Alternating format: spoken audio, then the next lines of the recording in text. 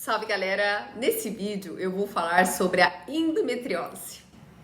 É uma doença encontrada em mulheres que ainda se encontram em idade de reprodução. O que ocorre é que crescem e se desenvolvem estromas e tecidos endoteliais por fora da cavidade do útero, ocasionando inflamações. Normalmente esses tecidos ficam fixados no peritônio, ovários, ligamentos, trompa cefalópio, bexiga, apêndice e até mesmo tubo digestivo.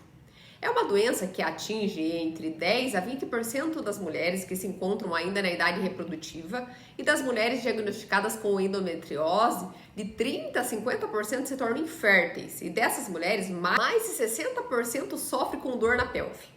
No Brasil, essa doença é vista na faixa etária entre 30 e 40 anos, mulheres caucasianas que não tiveram a experiência da gestação, com transtorno de ansiedade, nível elevado educacional e classe social mais alta.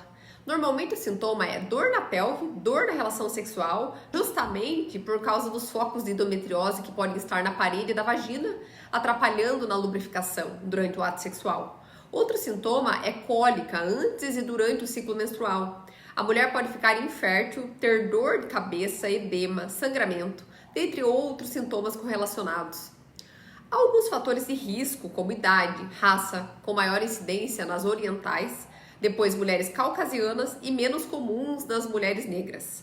Mulheres que ingerem muito álcool, fatores hereditários e também hormonais são mais afetadas. Alto fluxo menstrual, mulheres obesas e sedentárias devido às altas taxas do hormônio estrogênio também são alvo. Há fatores que auxiliam na prevenção da endometriose.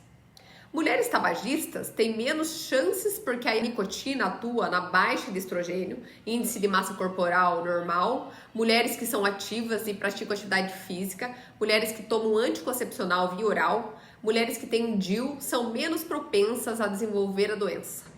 Esses focos que causam a endometriose alteram a anatomia, a parte imunológica e endócrina, fazendo com que sejam liberadas as prostaglandinas, que são composições químicas similares a hormônios, mas que não passam para a corrente sanguínea. Quem faz a manutenção dessas distorções na anatomia são os hormônios ovarianos. Então, a causa da infertilidade pode ter relação com essas modificações da anatomia que aderem e obstruem as trompas de falópio. Em casos iniciais, onde ainda não há essas modificações causadas, há ainda a ocorrência de infertilidade. E a causa não é exata.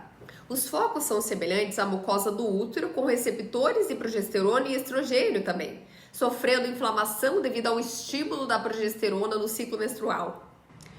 O tratamento, então, impede que o pico de progesterona ocorra no ciclo menstrual, por isso são administrados anticoncepcionais com o intuito de inibir a menstruação. Há algumas teorias que explicam a endometriose.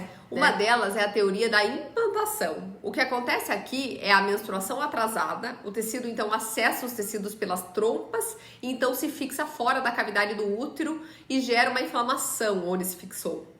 Outra teoria é a da metaplasia celômica, que se trata de uma existência de células que não são diferenciadas no peritônio. Ed, mas quem é esse tal de peritônio?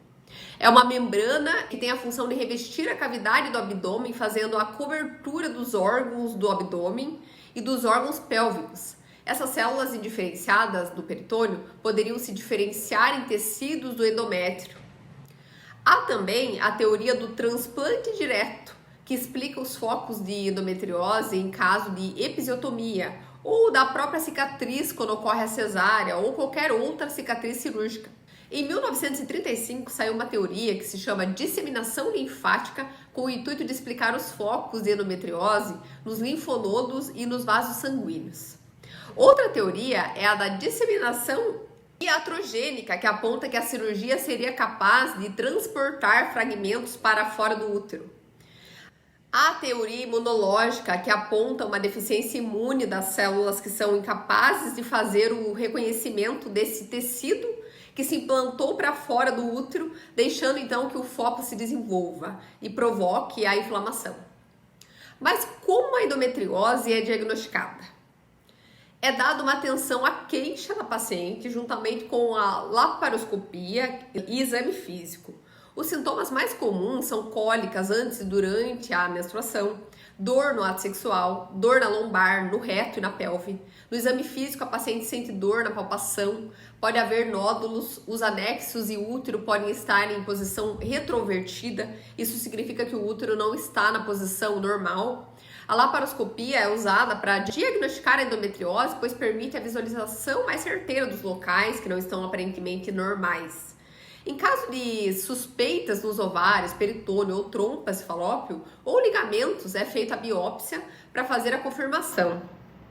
É realizada ultrassom pélvica ou transvaginal para acompanhar como a endometriose está evoluindo. Outro exame também é a ressonância, pois oferece boa visibilidade dos focos e também dá para acompanhar como estão evoluindo. Outro exame é o de dosagem do marcador CA125. Mulheres com endometriose têm maior concentração na dosagem desse exame. Após o diagnóstico, há uma classificação da endometriose.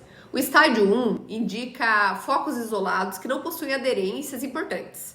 No estágio 2, a doença é considerada leve, há focos superficiais menores que 5 centímetros, não aderidos em modo significativo. No estágio 3, a doença já é considerada moderada, há diversos focos com aderências evidentes. E no estágio 4, já é considerada uma doença grave, com muitos focos implantados superficialmente e profundamente, com aderências densas. O modo certeiro de diagnosticar uma paciente de modo correto é após submetê-la à laparoscopia, pois só depois desse exame esse diagnóstico é exato. Outro ponto a ser considerado é em casos que há presença de endometriose e infertilidade. Pesquisas não indicam que o procedimento cirúrgico para a retirada dos focos de endometriose aumente as chances de gravidez. Por isso, a indicação cirúrgica deve ser individual, considerando toda a história clínica da paciente, como idade ou presença de outras possíveis causas para a infertilidade. A dificuldade de engravidar por causa da doença pode mexer muito com o psicológico da mulher, pois na nossa cultura, a maternidade ainda é um aspecto que diz muito sobre a realização do sonho e identidade de muitas mulheres. Essa lacuna pode ameaçar a percepção da mulher como um ser sexual, pois tira a possibilidade do objetivo primitivo da reprodução propriamente dita. Muitas mulheres veem a experiência de ser mãe como algo essencial em suas vidas. E isso tudo pode entrar em pânico quando a infertilidade se faz presente. A consequência disso é a maior probabilidade de mulheres apresentarem quadros depressivos. O número é bastante alto, inclusive chegando a 90% das pacientes, e não apenas os sintomas depressivos importam aqui, mas também a visão modificada que essa mulher tem sobre a doença, fazendo com que sinta mais desconforto por estar mais vulnerável emocionalmente. O tratamento indicado é o medicamentoso, pois a medicação impede que a mulher menstrue, pois se ela menstrua, fomenta o crescimento e também faz com que os focos já existentes cresçam. Normalmente, a mulher pode tomar anticoncepcionais, pois eles retardam a doença, impedindo que ela avance. Também protegem contra a contracepção, se assim a mulher desejar. Um dos medicamentos que podem ser usados é o danazol. Ele inibe que o organismo libere o hormônio da gonadotrofina coriônica, bem como o pico de ALH. E ele também faz com que aumentem os androgênios e diminua os estrogênios, atrofiando os focos de endometriose. Porém, como outros medicamentos, podem ocorrer efeitos colaterais, que causam sintomas similares com os sintomas da menopausa, como atrofia mamária, fogachos, acne, ganho de peso. A voz pode engrossar, pode haver um aumento de colesterol ruim e diminuição do colesterol bom. Outro medicamento que pode ser usado é o anti-inflamatório, porque eles ajudam nos sintomas das cólicas, porque bloqueiam a produção das prostaglandinas. Podem ser administrados progestógenos também, pois eles trabalham na inibição de crescimento de tecidos endometrióticos e também inibem a secreção da gonadotropina pela hipófise, bem como a menstruação, mesmo que atrasada, e produção dos hormônios ovarianos. Há outros medicamentos também que podem ser usados, com foco em reduzir o desconforto da mulher, impedindo que a endometriose piore. Há também a opção cirúrgica, podendo ser considerada definitiva ou até mesmo conservadora. Em casos onde os focos da doença têm um tamanho maior que 2 centímetros, por exemplo, já é um caso cirúrgico. Já a cirurgia conservadora é indicada para restaurar a anatomia da pelve, cauterizando os focos. Na cirurgia definitiva, dependendo da idade e da gravidade do problema da paciente, pode ser realizada a histerectomia e a oforectomia. Esses procedimentos somente são indicados quando os sintomas persistem mesmo após tratamento medicamentoso. Tem sido feito o tratamento conjunto com o uso de medicação e cirurgia. A mulher inicia pela medicação e depois faz a cirurgia. Assim, os focos diminuem para que a cirurgia possa acontecer, né? E por fim, também há o tratamento com auxílio fisioterapêutico, psicológico, dependendo dos sintomas, de onde está a localização também da doença, se a mulher quer engravidar e a idade contam. Tanto a cirurgia definitiva quanto a conservadora são feitas com auxílio do laparoscópio. Obrigada por estar comigo em mais um vídeo, um abraço e até mais!